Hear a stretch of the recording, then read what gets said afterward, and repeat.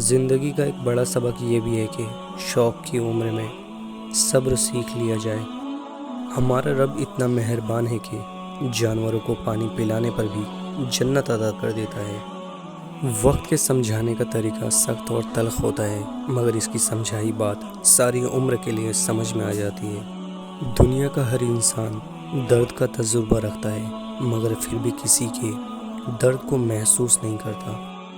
منزل سب کی اللہ ہے، محبت، غم، آزمائش یہ تو سفر کا حصہ ہے۔ بعض اوقات دعائیں رب کے فیصلے نہیں بدلتی، مگر آپ کے دل بدل دیتی ہے اور رب کے فیصلے کے مطابق کر دیتی ہے۔ برا چاہنے والوں سے مت ڈرو، بس ہمیشہ یقین رکھو کہ 70 ماہوں سے زیادہ چاہنے والا تمہارا رب کبھی تمہارا برا نہیں ہونے دے گا۔ اپنی اہمیت جاننے کے بعد بھی کسی کے ساتھ لگ کے رہنا حماقت اور بے عزتی کا باعث ہے۔ دل مضبوط کریں اور جہاں اہمیت نہ ہو وہاں بیٹھے نہ رہیں۔ زندگی میں سب سے زیادہ مطمئن وہ لوگ ہیں جو اپنے معاملات اللہ کے سپرد کرنے کے عادی ہیں۔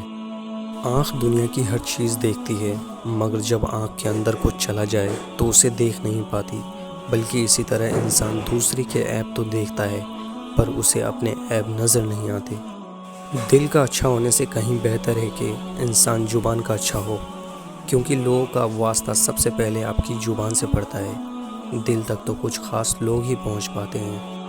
کسی بھی شخص کا دوسرا چہرہ تلاش کرنے کی کوشش نہ کرو، تمہارے لیے یہی کافی ہے کہ اس نے تمہارا احترام کیا اور اپنا بہترین چہرہ تمہارے سامنے پیش کیا۔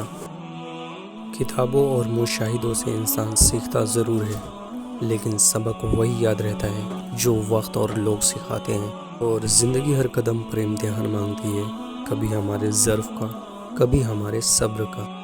ویسے تو انسان خاک ہے، لیکن لفظوں میں آگ لیے پھرتا ہے۔ دنیا نصیب سے ملتی ہے اور آخرت محنت سے، لیکن لوگ محنت دنیا کے لیے اور آخرت کو نصیب پر چھوڑ دیتے ہیں۔